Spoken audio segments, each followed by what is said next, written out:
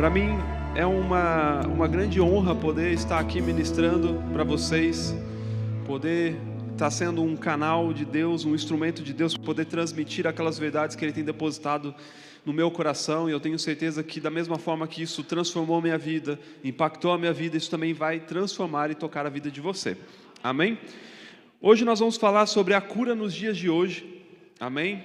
É um tema que eu acredito ser muito importante para a nossa igreja no tempo em que nós estamos vivendo.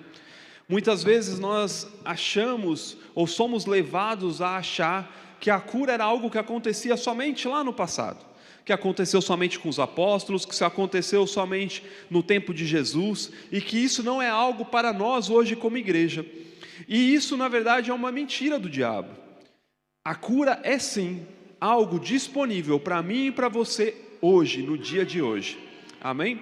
E hoje nós vamos entender um pouco mais como que eu consigo então destravar, ou como que eu consigo receber da cura na minha vida. Sabe, muitas vezes nós queremos explicar situações que às vezes não nos competem a explicar. Eu sei que muitas vezes nós podemos ver, às vezes, alguém que nós desejamos tanto que aquela pessoa seja curada, nós oramos por aquela pessoa e nada acontece. E às vezes em um caso mais grave, aquela pessoa até mesmo pode ir a óbito. E nós ficamos a pensar, poxa, quer dizer então que essa palavra não funciona. Ou quer dizer que talvez o Deus que operou no passado não opere hoje.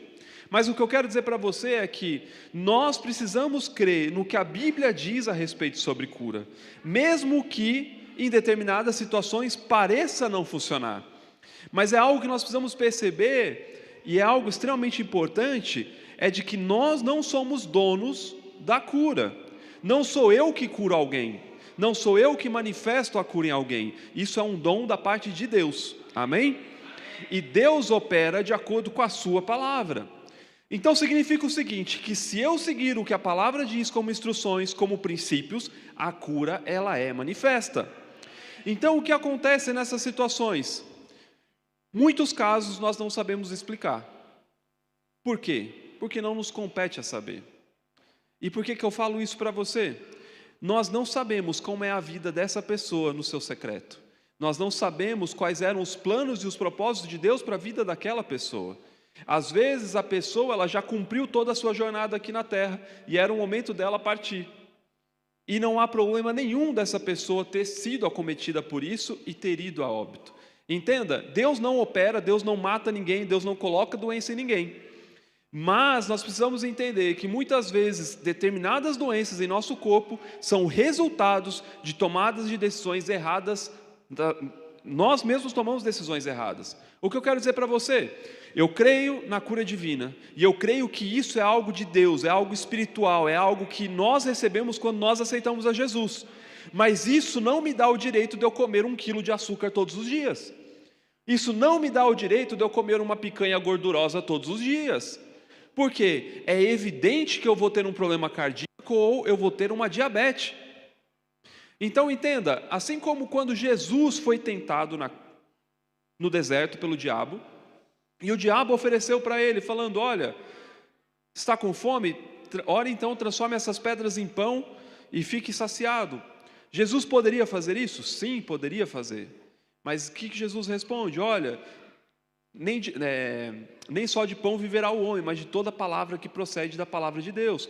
Porque Jesus entendia quais eram os princípios. Apesar dele ter autoridade, apesar dele ter o domínio de poder transformar aquilo, manifestar um milagre naquele momento, ele sabia que não era o momento para ele fazer aquilo. Ele sabia que aquilo feriria um princípio que ele mesmo sabia que não era. Ou seja, eu não preciso alimentar o meu corpo, meu foco não tem que estar no meu corpo, meu foco tem que estar no meu espírito, porque se meu espírito está alimentado, fatalmente o meu corpo também será alimentado, porque nada irá me faltar.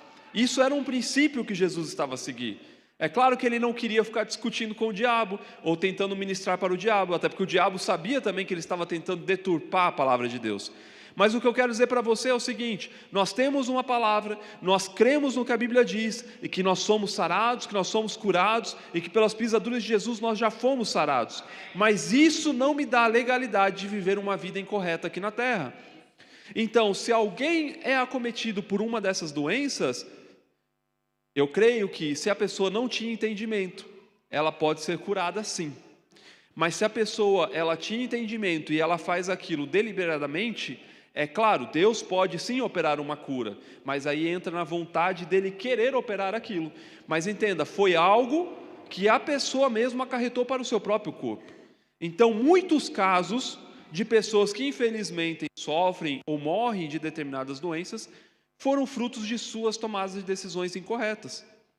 E nós vamos ver, por exemplo, na Bíblia que em Coríntios nós temos um caso bem famoso, que era um caso de um filho que estava a se deitar com a esposa do seu pai. E aquilo foi um escândalo para a igreja de Coríntios. E Paulo então instrui a igreja a orar para quê? Para que o diabo levasse o corpo daquele cidadão, mas que o espírito dele fosse salvo. Entenda, nós não estamos pregando aqui que nós devemos orar para que o diabo mate as pessoas, para que a pessoa seja salva. Mas o que eu quero transmitir para vocês é que assim, mesmo que alguém morra nessa terra, mesmo que alguém passe por uma enfermidade nessa terra e venha a morrer, o que importa não é o que ela passou aqui ou a forma que ela partiu, mas o que importa é o que ela tem dentro, o que ela se conectou no Espírito e que agora ela está conectada com Deus. Porque nós somos seres eternos, a nossa vida não se resume a 80, 90 anos que passamos aqui. A nossa vida é eterna. O tempo que nós passamos aqui é apenas uma preparação, é apenas um suspiro daquilo que nós vamos viver para a eternidade. Mas como eu sempre digo, uma frase que é bem famosa, que eu até costumo brincar falando que essa frase não está na Bíblia, mas bem que poderia estar, que fala que aquilo que nós fazemos aqui ecoará pela eternidade. Isso é um fato. As decisões que nós decidimos optar hoje ecoará pela nossa eternidade. O que isso quer dizer? Que se eu decido não seguir Jesus, não aceitar Jesus como meu único e suficiente Salvador, eu estou decidindo viver a minha vida pela eternidade separada de Deus. Eu estou tomando o caminho de decidir, eu estou tomando as minhas próprias decisões. Eu sei o que é melhor para mim. Eu vou fazer aquilo que eu acho que deve ser feito. E entenda, a pessoa tem total liberdade de fazer isso, mas existem as suas consequências para isso. Então, o que mais importa para nós não é tentarmos entender aqueles que por acaso possam ir, ou por algum processo de enfermidade não ter sido manifestado. Talvez a pessoa não gerou fé dentro do seu coração. Uma coisa é você falar que você crê, uma coisa é você dizer para os outros que você está crendo, que você está gerando fé. Outra coisa completamente contrária é você crer e gerar fé. É claro que a pessoa que crê, ela fala também. Mas entenda, o fato de eu simplesmente falar não quer dizer que eu creio naquilo que eu estou dizendo. Por isso, o que eu quero só reforçar é que nessas situações em que nós possamos muitas vezes perder um ente querido, muitas vezes alguém conhecido, um familiar, um amigo, isso é porque existem coisas que é pessoal entre a pessoa e Deus. São coisas que às vezes nós não sabemos. É claro que na nossa consciência nós cremos e vamos continuar crendo, vamos orar até o último instante, vamos crer até o último instante que aquela pessoa vai ser curada. Mas se não manifestar, isso não anula a palavra de Deus. Amém? Glória a Deus. Vamos avançando. Abra por favor comigo a sua Bíblia lá em Isaías 53. É um texto bem conhecido. Enquanto você vai abrindo, eu vou dar um contexto. O livro de Isaías, ele foi escrito aproximadamente 200 anos antes de Jesus nascer. Ele foi um texto profético, que foi Isaías que escreveu, inspirado por Deus, no qual trazia profecias sobre o Redentor, sobre o Messias, sobre Jesus. E lá em Isaías, no capítulo 53, vai falar sobre o que a gente costuma dizer, a via sacra de Cristo, ou seja, os seus últimos momentos antes dele ser crucificado. E no verso 4 em diante vai dizendo o texto que eu quero que nós possamos ler. Diz assim: E certamente ele tomou sobre si as nossas enfermidades, e as nossas dores levou sobre si. E nós o reputávamos por aflito, ferido de Deus e oprimido. Mas ele foi transpassado pelas nossas transgressões e moído pelas nossas iniquidades. O castigo que nos traz a paz estava sobre ele, e pelas suas pisaduras fomos sarados. Glória a Deus. Sabe, irmãos, isso aqui é uma verdade, ok? Eu não estou contando para você uma história da Disney, eu não estou falando para você aqui sobre o chapuchinho vermelho ou chapeuzinho vermelho para nós brasileiros. O que eu estou dizendo para você é a mais pura verdade. O que aconteceu aqui foi profetizado 200 anos antes de efetivamente acontecer, e no momento em que aquilo acontece, aquilo se torna então ativo. Sabe, o que eu quero dizer para você? Quando você estuda um pouco de direito, você vai perceber como que as leis funcionam, como elas são criadas. E uma lei, apesar dela ter sido criada, ela não protege nada, até o dia em que ela é promulgada, ou que ela é lançada, que ela é então ativada. Então significa o seguinte: o parlamento normalmente é o responsável por criar essas leis.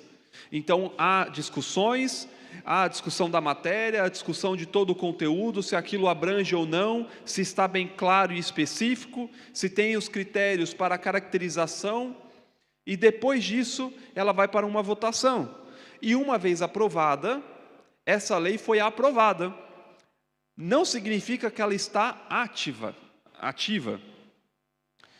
Para ela ser ativa, vai precisar então do quê?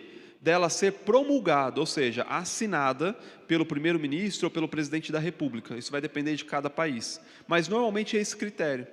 E isso aqui nos diz o seguinte, que 200 anos antes de Jesus nascer, estava sendo escrito uma lei, estava sendo escrito um texto que nos libertava das doenças.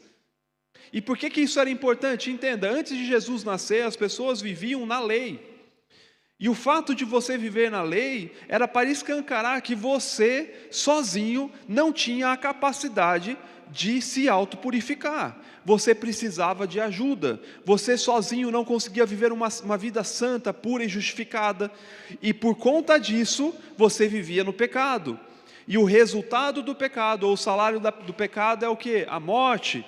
E com todas essas coisas da morte, entrou então a enfermidade, entrou então os problemas na humanidade, entrou as pessoas a sofrer. Ou seja, aquela decisão lá atrás, de Adão no Éden, ter comido do fruto que não era para ter comido, ter desobedecido uma ordem, uma instrução de Deus, acarretou então em um problema para a humanidade, que agora eles estavam então separados de Deus, eles estavam então agora, longe de Deus, e eles estavam à mercê de sofrer doenças, enfermidades e padecer todos os males aqui na terra.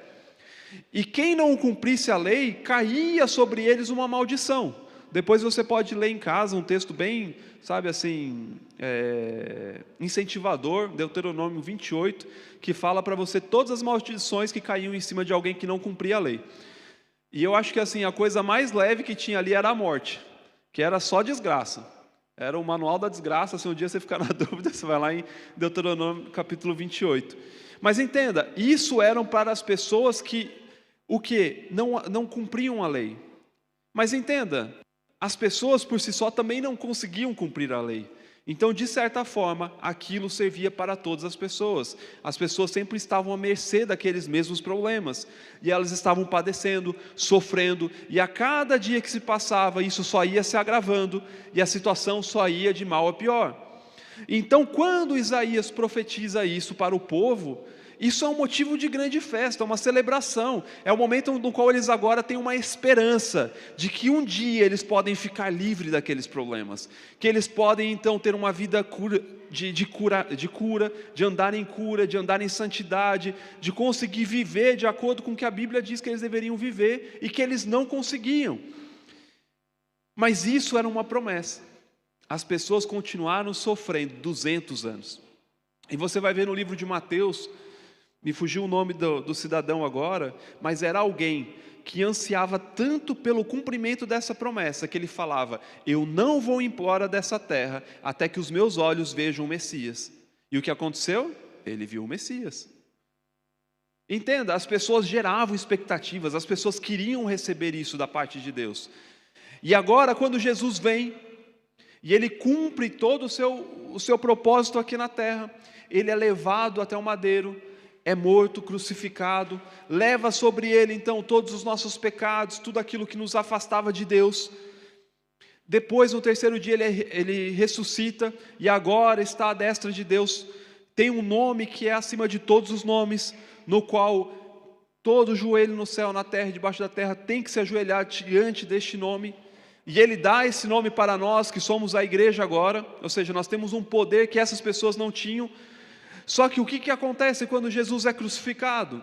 Quando ele entrega o seu espírito e quando ele ressuscita? Aquela lei, aquele escrito, aquela ordenança que tinha sido escrita, então a partir de agora ela está ativa e funcional.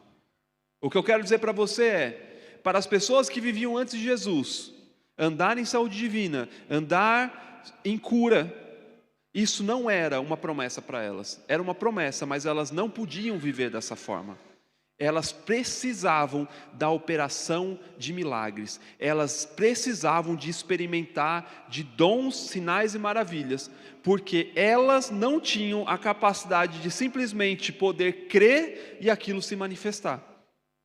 O que eu quero trazer entendimento hoje para nós é o seguinte: irmãos, é evidente que quando nós somos tocados por uma cura miraculosa, quando sinais, maravilhas e prodígios acontecem em nosso meio, quando o dom da fé entra em operação, que é você crendo ou não, você vai ser curado, isso é algo que Deus proporciona para pessoas que não têm entendimento, pessoas que não sabem quais são os seus direitos, pessoas que não sabem o que elas podem fazer com aquilo que elas receberam quando aceitaram Jesus. Agora, para nós que aceitamos a Jesus, para nós que reconhecemos o sacrifício de Jesus, essas manifestações de milagres, elas acontecem como? Pelo simples fato de eu crer. A chave para uma cura se manifestar na minha vida, ou em alguém que eu creio, alguém que está sob a minha tutela, é a minha fé. Eu não preciso esperar que um pregador de fora venha para impor as mãos sobre mim para que eu seja curado. Eu não preciso que as águas sejam agitadas pelo anjo para que eu salte lá dentro para ser curado. Eu não preciso de nada disso. O que eu preciso é crer no que a palavra diz, confessar com a minha boca e guardar no meu coração na promessa daquilo que já está ativo para mim e para você. Isso foi ativo no momento em que Jesus disse: Pai, está consumado. Naquele momento, aquela dívida que havia contra nós do pecado, aquela dívida que havia sobre nós, porque nós pecávamos, agora nós vamos ser doentes, essa enfermidade vai entrar no meu corpo, eu vou padecer sobre isso. Essa dívida foi cancelada e anulada. E agora eu posso viver em saúde divina, agora eu posso viver em prosperidade, agora eu posso viver em santidade, agora eu posso viver justificado em Deus, porque foi consumado. Tudo aquilo que havia sido prometido por Jesus, para Jesus, as profecias que falavam sobre Jesus e que traziam benefícios para nós, está ativa no dia de hoje. E eu e você podemos usar o nosso braço da fé, pegar dessas promessas e manifestar na nossa vida. É claro que para nós é maravilhoso, sinais, prodígios, maravilhas, milagres quando acontecem. E eu creio em milagres. Se eu não cresce, estaria sendo negligente até com o meu chamado. Eu creio. Mas entenda, muito melhor é você ser curado usando a sua fé, do que você ser curado por uma operação de milagres de alguém, por um dom da fé. Porque se o dom da fé está curando você, é porque talvez você não está crendo o suficiente. E Deus está tendo que intervir na sua vida para dizer: ok, você não creu o suficiente, mas eu curo mesmo assim.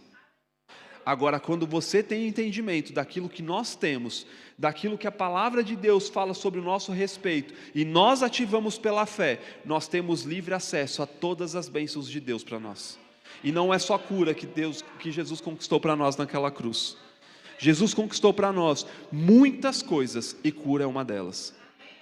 Então, se você crê que quando você ergueu sua mão, você aceitou a Jesus, ou se você ainda não aceitou a Jesus, o que é aceitar a Jesus? Quando nós falamos, quando nós anunciamos, se você quer receber a Jesus, o que é isso? É você crer, é você confessar com a sua boca aquilo que você creu no seu coração.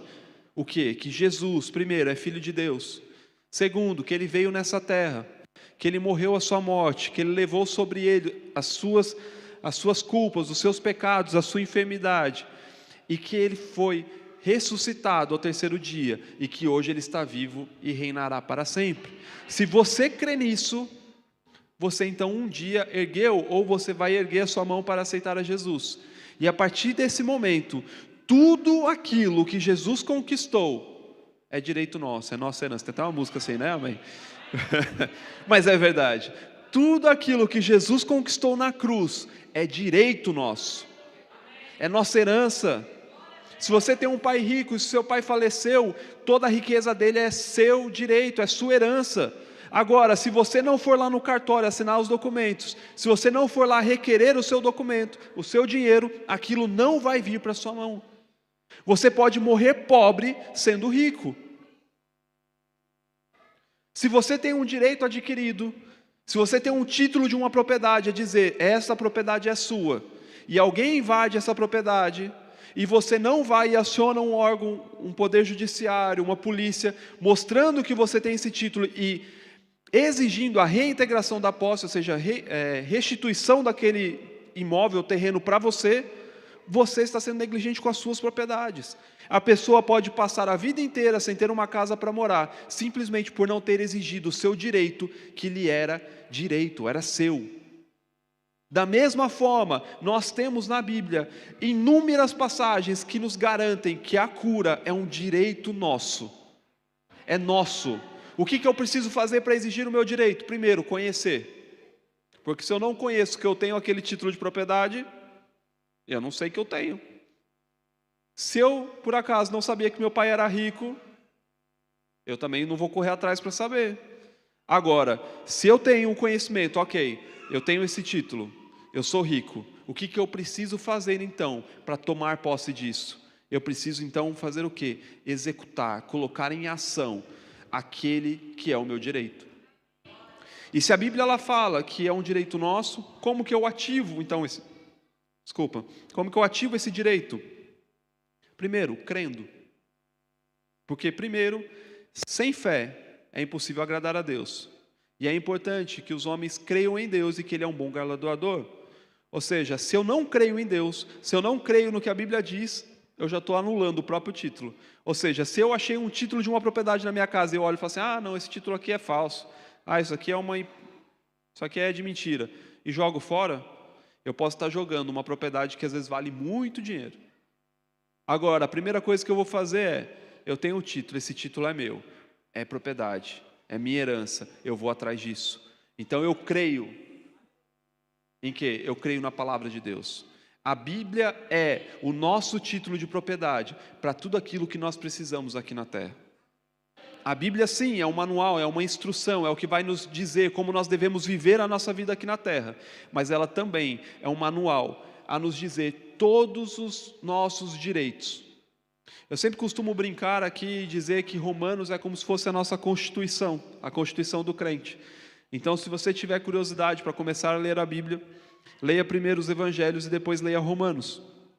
Porque em Romanos ele vai mostrar quais são os seus direitos, os seus deveres e os seus poderes. E aí você vai começar então a abrir a sua mente. Então a Bíblia vai falar o seguinte: se creu com seu coração e confessou com a sua boca para a justiça, então está salvo. Maravilha. Então por que nós chamamos as pessoas para receber Jesus, a declarar em voz alta que receberam Jesus? Porque nós estamos cumprindo tudo aquilo que está escrito, para que eu possa ativar aquele princípio, para que eu possa ativar aquela verdade na minha vida. E a Bíblia ela fala que Ele foi transpassado pelas nossas transgressões e moído pelas nossas iniquidades. O castigo que nos traz a paz estava sobre Ele e pelas suas pisaduras nós fomos sarados. Qual que é a instrução aqui para nós? O que nós precisamos fazer? Eu preciso ir numa igreja 7 sexta-feiras, passar no Vale do Sal, no Vale de alguma coisa, para receber minha cura? Eu preciso ter uma vela ungida em casa, um balão que solta ar que veio de Israel, de algum lugar, para receber a cura? Eu preciso gastar todo o meu ordenado, fazer uma aliança, entregar todas as minhas posses, ofertar os meus carros na igreja? Não, amém? O que eu preciso fazer aqui? Simplesmente crer que Jesus foi moído e que pelas suas pisaduras, ou seja, pelas suas chagas, pelas suas feridas, eu fui sarado. Sabe, eu sei que isso pode parecer às vezes para a nossa mente, não, mas isso é muito simples, é muito fácil, eu não preciso fazer nada para ser curado. Você não precisa fazer nada, mas alguém fez muita coisa para que você pudesse ser curado. Sabe, quando nós olhamos o sacrifício de Jesus, eu sei que talvez vocês já assistiram alguns filmes, talvez o mais impactante é o que o diretor, acho que é o Mel Gibson, que chama A Paixão de Cristo. Eu sei que tem pessoas que nem conseguem terminar de assistir o filme por algumas cenas de quando Jesus estava sendo castigado. Não por algo que ele fez, mas por algo que eu e você fizemos. Mas em todo momento ele estava calado, porque ele estava olhando o fruto do seu penoso trabalho e ele estava se alegrando. E sabe qual que é o fruto do penoso trabalho de Jesus? Sou eu e você. Então, quando eu e você não andamos em saúde divina, nós estamos desmerecendo o sacrifício de Jesus. Quando eu e você estamos andando nessa terra em pobreza, sabe, em escassez, em falta, nós estamos desonrando o sacrifício de Jesus. E todas as vezes que eu faço isso, eu estou dizendo que o sacrifício dele não foi válido. E isso não é verdade. Porque a Bíblia diz que pelas suas pisaduras nós fomos sarados. O castigo nele é o que nos traz paz. Sabe, hoje nós estamos assentados com Cristo nas regiões celestiais. O nosso corpo está aqui presente, mas nós estamos numa posição de autoridade, no qual nós podemos falar para a enfermidade: enfermidade, você não tem domínio sobre a minha vida, você não tem domínio sobre os meus familiares, você não tem domínio sobre as pessoas que estão sobre a minha tutela. E eu digo a você: enfermidade, saia agora em nome de Jesus. E sabe o que acontece? Ela vai embora. Ela tem que sair. Por quê? Porque o princípio de Deus, o princípio da palavra de Deus diz que pelas pisaduras de Jesus nós fomos sarados.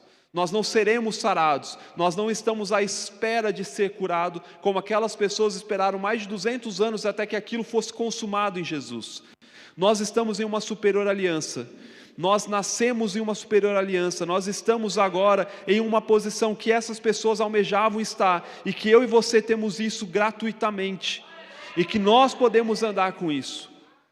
Para isso nós precisamos ter a nossa mente aberta e crer que a cura é para os dias de hoje. Nós precisamos continuar crendo que o sacrifício de Jesus é válido para me livrar da morte, para me livrar do pecado, mas ela também é válido para me livrar das enfermidades, para me livrar da pobreza, para me livrar, sabe, de viver uma vida mesquinha nessa terra. Aleluia. Abra, por favor, sua Bíblia lá em 1 Pedro, no capítulo 2, no verso 24. O louvor, se quiser subir.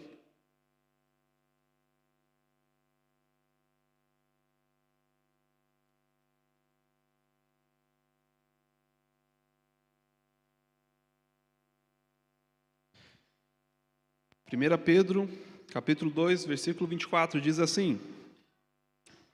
Antes de eu ler, só vou explicar quem que era Pedro que escreveu esse texto. Pedro foi um dos discípulos, ou um dos apóstolos que andou com Jesus, ok?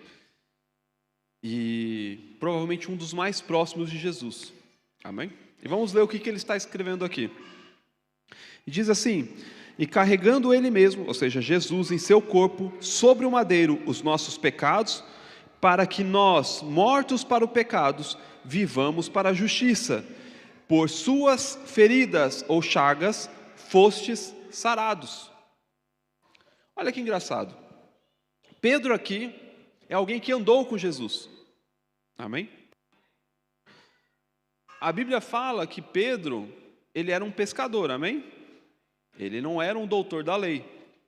Diferente, por exemplo, de outras pessoas que nós vamos ler na Bíblia, que eram fariseus, que eram pessoas que viviam da lei.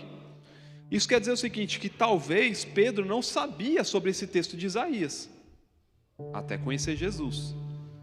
Mas depois dele ter esse relacionamento com Jesus, depois dele ter, sabe, vivido próximo de Jesus, ele traz algumas verdades, e até mesmo após a morte de Jesus, e ele reconhece dizendo, carregando ele mesmo em seu corpo sobre o madeiro, ou seja, Jesus, os nossos pecados. Ou seja, Jesus levou no madeiro os nossos pecados. E isso está conectado diretamente com o que está prometido lá em Isaías. Ou seja, Isaías disse que ele levaria sobre ele todos os nossos pecados. E agora Pedro é uma testemunha ocular, é uma testemunha que viu aquilo acontecer. E ele diz, ele levou sobre si os nossos pecados. E ele falou assim, nós que somos mortos agora para o pecado, por quê? Porque agora nós somos vivificados em Jesus. Nós não vivemos mais para o pecado, nós não somos mais oprimidos pelo diabo, nós não somos mais reféns do pecado. Se eu não sou mais refém do pecado, eu não sou mais refém do destino das pessoas que eram presas pelo pecado, que era a morte, mas agora nós somos então transportados para um reino de justiça, paz e alegria, para vivermos para a justiça, mortos para o pecado, para vivermos para Cristo. Ou seja, eu morro para o pecado, para viver para Cristo. Aquele que morre para Cristo, vive para o pecado, e o salário do pecado é a morte. Agora eu prefiro morrer para o pecado e viver eternamente para Cristo. E agora ele traz uma revelação que eu acho sensacional, que ele fala: por suas chagas ou feridas fostes sarados. Ele estava dizendo aqui para nós como igreja, ele está dizendo: olha, pelas feridas de Jesus, que eu vi, pelas feridas daquele mestre que eu segui durante 33 anos aqui na terra, pelas feridas dele, você já foi sarado, você já foi curado. E eu não sei se você já estudou sobre a vida de Pedro, mas aonde ele andava, cura se manifestava e as coisas aconteciam. Por quê? Porque as pessoas criam no que Pedro estava falando, e o que Pedro estava falando era simplesmente aquilo que estava na Bíblia. O que Pedro está basicamente falando nesse texto é o que nós lemos em Isaías. Ou seja, Deus havia prometido para o homem uma salvação, Deus havia prometido um escape, existiria uma forma da pessoa não ser mais refém da morte, do pecado, das doenças, e essas pessoas ansiavam por isso. Jesus vem, está consumado, agora aquilo está ativo. E Pedro sabia disso, e agora ele comunica para os outros: pelas feridas de Jesus, você já foi sarado, você já foi curado. Então eu não sei, irmão, daquilo que você precisa essa noite, eu não sei qual enfermidade que você possa estar passando, eu não sei qual é o problema daquilo que você está passando, mas eu sei que existe uma solução, e essa solução se chama Jesus. O sacrifício de Jesus é suficiente na minha vida, o sacrifício de Jesus é suficiente na sua vida, o sacrifício de Jesus é suficiente para sempre. Eu não preciso fazer nada, eu preciso simplesmente me colocar na posição de crer e receber daquilo que Ele fez por mim. E o que Ele conquistou na cruz não foi algo simples, não foi algo fácil, não foi algo barato. Apesar dele ter nos dado de graça, não foi algo sem um custo. E nós precisamos honrar o sacrifício de Jesus. E qual é a melhor forma de eu honrar o sacrifício de alguém? É viver de acordo com o que Ele falou que eu deveria viver. Então, se Ele disse que eu sou curado, eu sou curado. Não importa o que os outros possam dizer, não importa o que as situações possam dizer, não importa o que os sintomas possam dizer, fique com o que a palavra diz, que você é sarado, que você é curado, e a cura irá se manifestar no seu corpo.